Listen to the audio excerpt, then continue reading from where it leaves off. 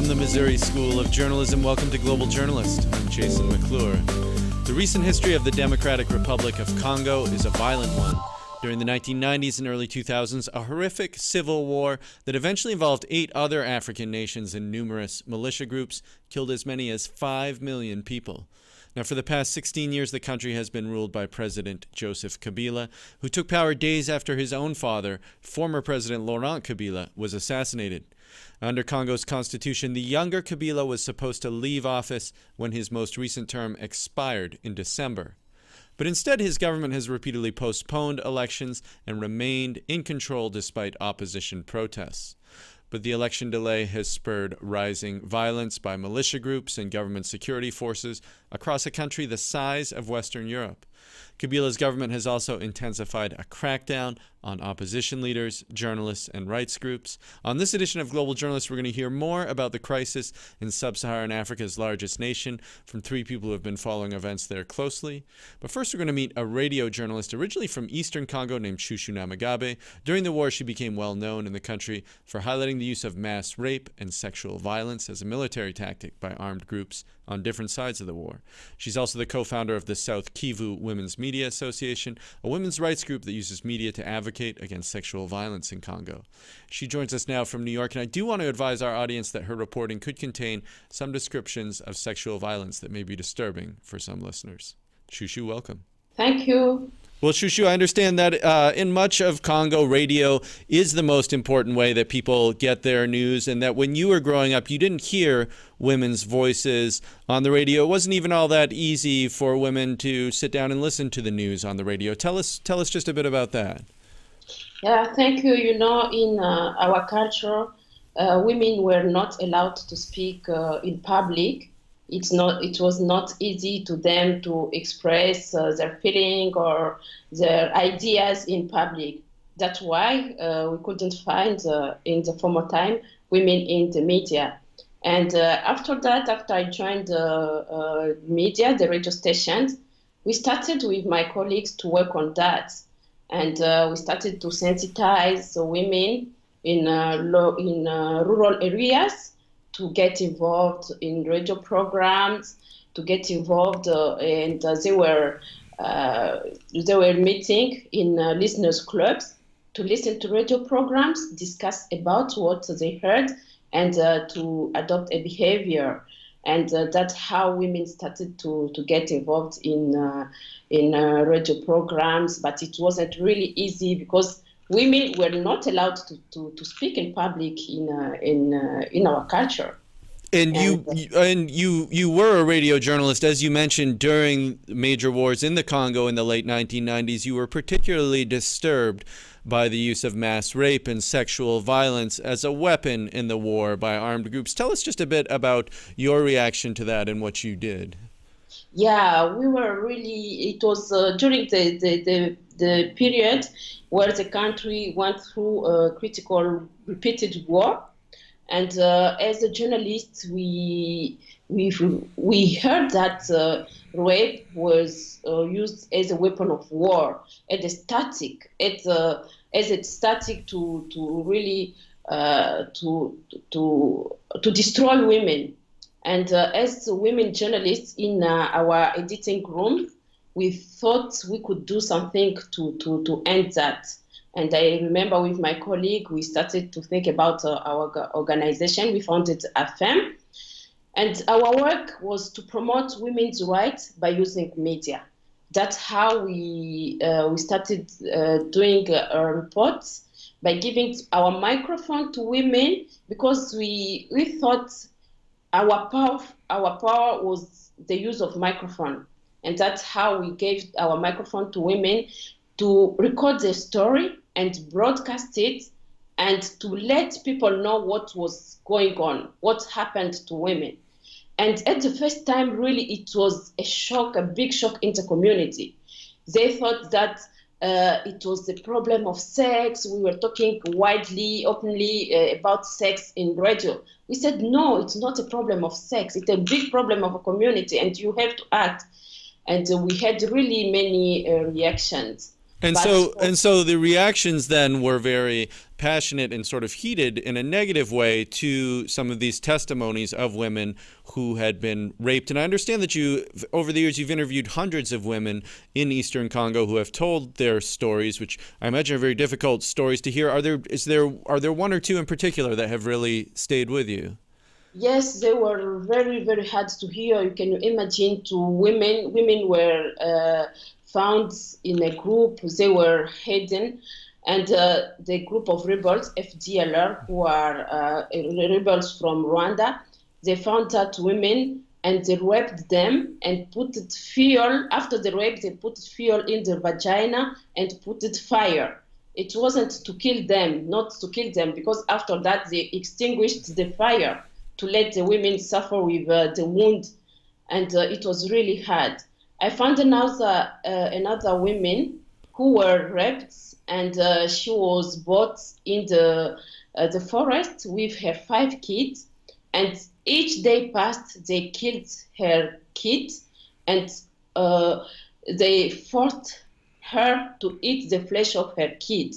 She saw how her 5 kids were killed, and she was really obliged to eat the flesh of her kids. It was really very hard for her. She asked to be killed, but they said, no, we can't give you a good death like that. And she escaped, and she was treated to the hospital, to Panzi Hospital. She gave us her story. She was strong. She was facing that problem, but it wasn't easy to hear. We found young girls who were raped from 9 months to 12. I don't know.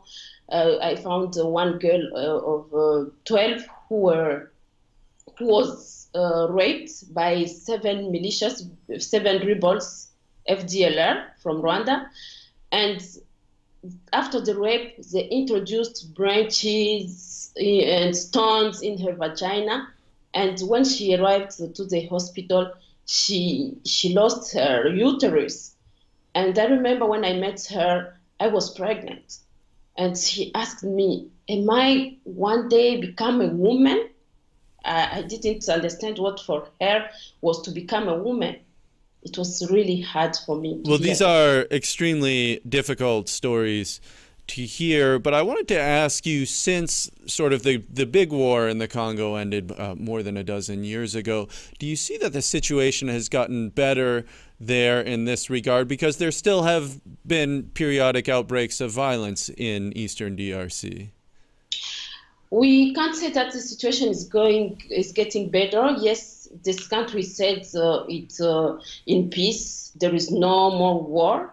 But what we know, like in eastern part of Congo, like North Kivu, South Kivu, in the central part of Congo, in Kasai, as you said, there's still many rebels groups. We can identify more than 35 rebels groups.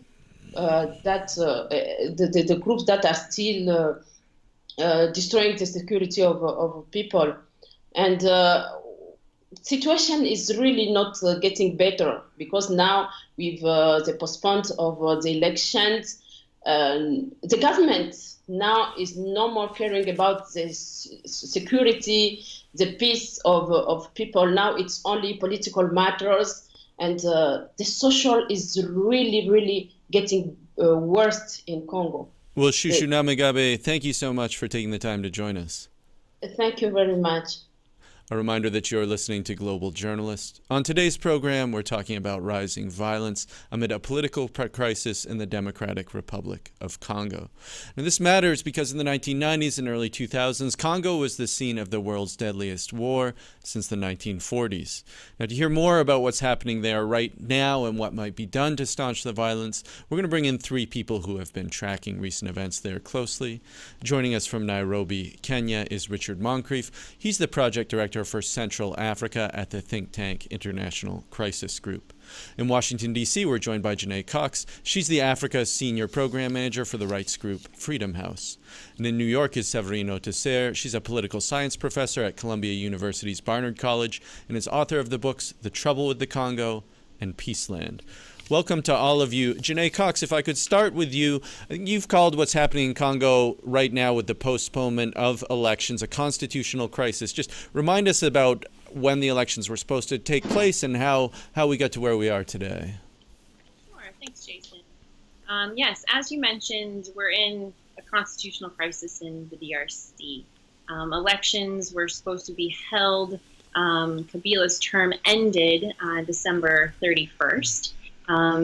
There was an agreement that was brokered through the Catholic Church for a transition that would occur post December 31 that extended Kabila's mandate only until October, with certain provisions in place that would hopefully put forward a transitional government, and along the agreement lines also included a new electoral calendar. We have yet to see an electoral calendar actually come forward. There were actually just rumors this past week that the CENI, which is the Electoral Commission, was going to put forward a calendar that would put elections at 2020. They have said that that is untrue and that, in fact, the calendar has not been actually drafted or put forward. As we're approaching October, things... I'm sorry, so there's speculation that the elections might not take place until 2020, so that would be 4 years after they were supposed to take place. That's correct. I mean, it is very unlikely, and I think we can pretty much determine elections will not happen this year in 2017. And the question is what will the Kabila administration do in order to extend his mandate? And again, the whole reason that the December 31 agreement came forward and elections weren't held was the desire by Kabila to have an extended election period and have basically a third term, which... And I'm sorry, let me just move this to Richard Moncrieff then. We lost Jenai there briefly. What's happening there now sounds quite complex and messy, and it does sound like the level of violence in Congo has been increasing over the past year or so. But it's not just a matter of one rebel group fighting the government. Give us just a brief overview of where the conflict is and what's new there. Well, as you say, violence has been increasing over the last year, but the DR Congo is already a very violent country. All of your listeners who've just listened to Chouchou describe her work in South Kivu will understand that. The violence exists at many different levels. We've heard of violence against women, violence at the household level, and there's violence at the national level. It has several origins. The origin of the violence is in part from the anger of the general population, anger at very steeply declining economy and living standards, and anger at the political blockage, and then more local issues that get mixed in there. There's also violence which is used as a political strategy, whether that's by insurgent groups, by neighbouring countries at various times in the past, or by the government. So there's different kinds of violence all mixed up in there. As you say, it's not just in one place, and it is getting worse, and both those things are correct. Violence in the Kivus, where Chouchou is from, continues. That's well known and has been well studied and well written about. However, it's now flaring up in parts of the country which are much less covered by analysts such as ourselves and by journalists. And most prominently, of course, is the Kasai region, where we've had an explosion of violence in the last 9 months. And I say that picking my words carefully, which started at the end of last year in a local dispute over the nomination of a local chief. And it got rapidly out of hand, I'd say, for two reasons. One is the usual very violent response from the government security forces. And the other is a general feeling that the state authorities are illegitimate, and therefore people are encouraging their followers to attack symbols of state authority. And this shows that the local violence links back to the bigger national and constitutional crisis which we've just heard about. Well, Severine Auteserre, if I could turn this to you, the United Nations has had a large peacekeeping force, I believe the largest in the world right now in the Congo. It's been there since the 1990s. Give us just an overview of the mission of that force and where they fit into the current situation. Right. So the peacekeeping mission was basically deployed in Congo to help settle the violence that Richard was talking about, that Chouchou was talking about, and also to help promote democracy. So at the beginning, in the late 90s, it was just supposed to monitor the ceasefire. And then progressively took an increasingly important role. So it started being involved in organizing large peace conferences, supporting grassroots activists, organizing elections, and so on and so forth. And then in the past few years, it's been supposed to work mostly in support of the Congolese government. So helping rebuild the Congolese. So helping the government, the Congolese army, fight all of the rebels that Richard and Chouchou have been talking about. The problem is that the relationships between the Congolese government and the Congolese people on the one hand and the United Nations peacekeeping mission has been increasingly tense. There are a lot of criticisms against the mission, but at the same time, we have to realize that the mission is absolutely essential for maintaining peace in Congo. It's thanks to the United Nations that we have a relatively better situation now. But Severine, if I could just ask you, the government of the Congo was supposed to have elections last year. They seem to be postponed indefinitely, and yet you have United Nations peacekeepers fighting on the side of what many would say is basically a government that has lost legitimacy. Right, and that's a huge problem that many Congolese people and many analysts are constantly bringing up, but that's the mandate that the United Nations has received from the Security Council. Well, Jenai Cox, if I could turn this back to you. I'm sorry, Richard Moncrieff, why don't you go ahead? Yeah, thank you. I think Severine makes a very important point about the position of the UN force relative to the government. As she mentioned, for many years, in a rather optimistic mind frame, in the context of good relationships between Kinshasa and major Western powers, the UN force was tasked with building up the Congolese army and working with the Congolese army against insurgent groups. Now, as Severine said, we're now facing a new situation where most observers, and indeed most of the powers who pay for the UN force, now regard the government in Kinshasa as a major part of the problem. Now, that doesn't mean that the UN force doesn't have a role. Indeed, it may mean it has an even more important role, but that role is very complex because we know from all over the world that in order to function properly, generally speaking, peacekeeping operations need the consent and they need the working cooperation of the host government. As that declines in the DR Congo, the work of the UN is going to get even more complex, even as it gets more necessary. Well, Jenai Cox, and if I may, I'm sorry, I had a quick question. I'll come back to you in a moment, Severine, but I wanted to ask Jenai Cox about the role of the news media inside Congo, because it does sound like that has been problematic, particularly over the past year, and that foreign journalists, local journalists, have had just a much harder time in getting information about what's happening in the country out. Correct. At least at Freedom House, we've been tracking human rights defenders and journalists, and the increased pressure and intimidation on journalists and cracking down on them is continuing to rise. Cases are reported weekly of journalists that have been harassed, detained, and or kicked out or unable to continue their work because of increased harassment by government. Many foreign journalists are unable to actually report from DRC anymore, and instead are having to find alternative routes in order to gather information and collect in order so that that information can come out. There are a lot of sources and information that does, I think, come out on DRC. Not all of it may be credible. We're also hearing of increasing concern about potential further shutdowns on internet and access to online media, which is where many journalists have moved to in order to get their information out. So it's an area to continue to watch, and I think it's very concerning and is usually one of the first major indicators that we follow, that once you see media crackdown or threats against freedom of expression, that further declines will continue to follow in DRC. If you've just joined us, you're tuned into Global Journalist. I'm Jason McClure. On today's program, we're talking about rising violence and the political crisis in the Democratic Republic of Congo. We're joined by Richard Moncrieff of the International Crisis Group, by Jenai Cox of the rights group Freedom House, and by Severine Auteserre, a professor of political science at Columbia University's Barnard College. If you're interested in more coverage of underreported international and human rights news, visit us at globaljournalist.org.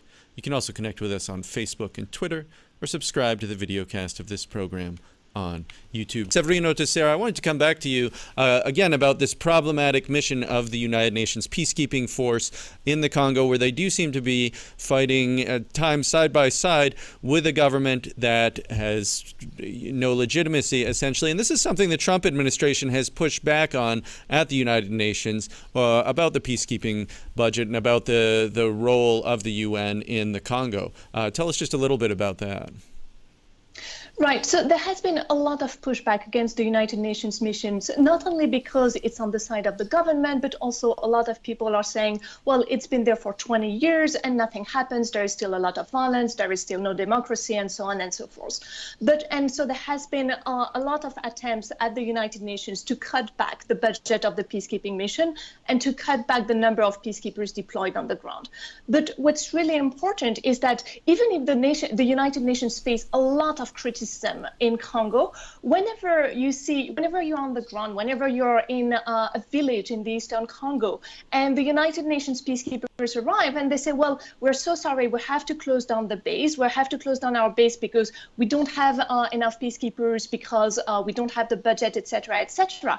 Everybody who's been criticizing the United Nations all of a sudden changed their mind and they start protesting against the fact that peacekeepers could be leaving. And so you have massive protests by the population. You have massive communication by non-governmental organizations, civil society groups.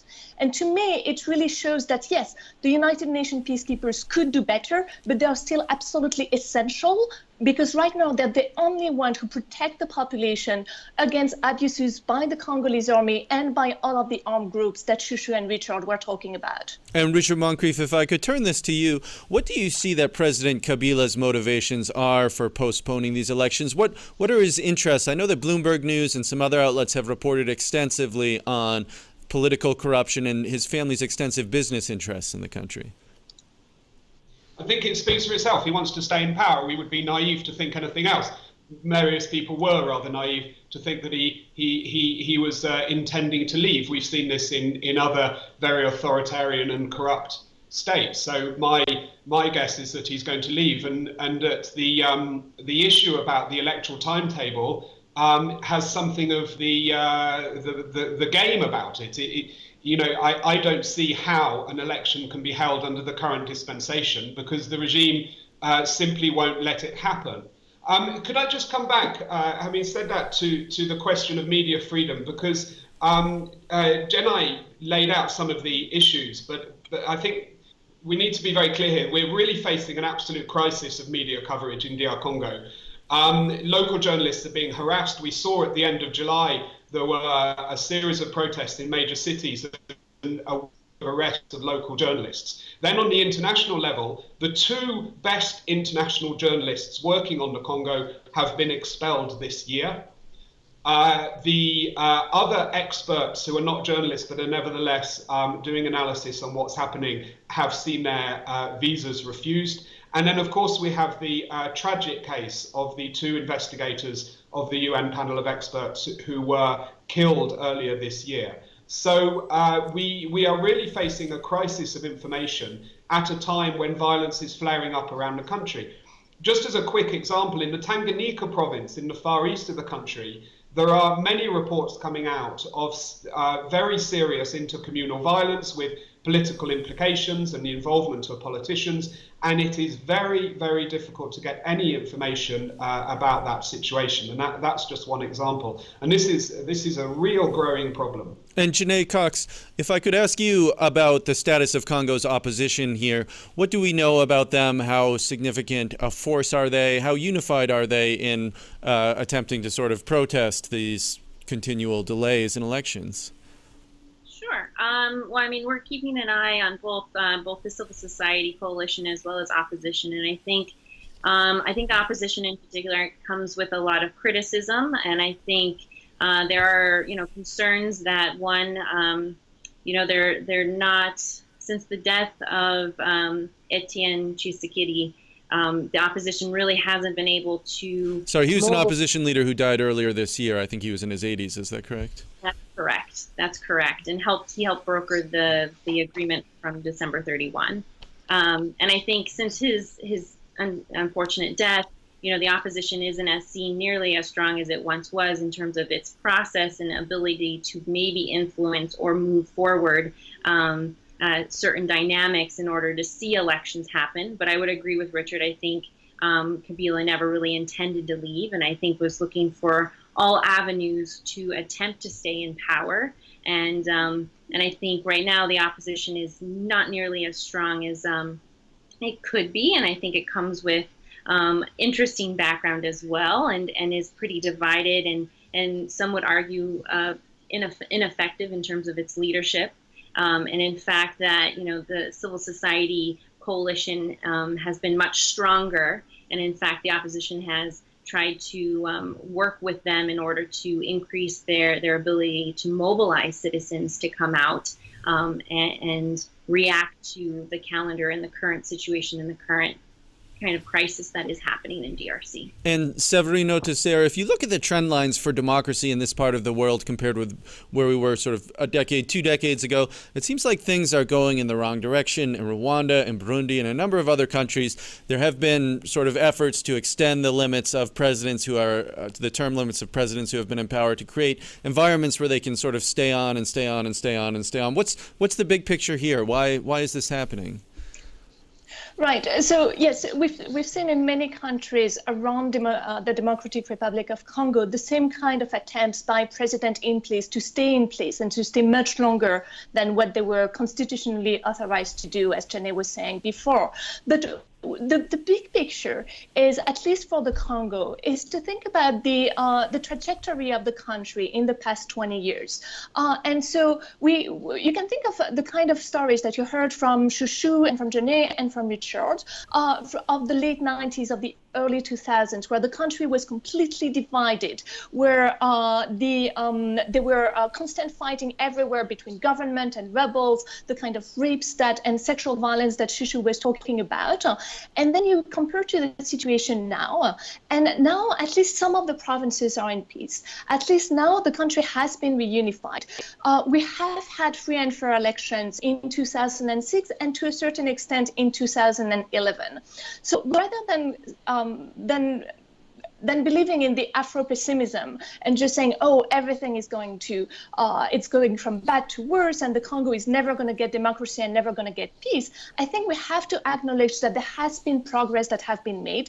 It's certainly not sufficient, and certainly things seems to be going backward in the past year, but really the situation is tremendously better right now than what it was the first time I went to Congo in 2001. We're going to have to leave it there for this edition of Global Journalist. We're just out of time. A production of the Reynolds Journalism Institute and KBIA Mid-Missouri Public Radio. Many thanks to Chouchou Namegabe, Richard Moncrieff, Jenai Cox, and Severine Auteserre. Our producers this week are Lauren Wertman, Idam Kasaye, and Rachel Foster-Gimbel.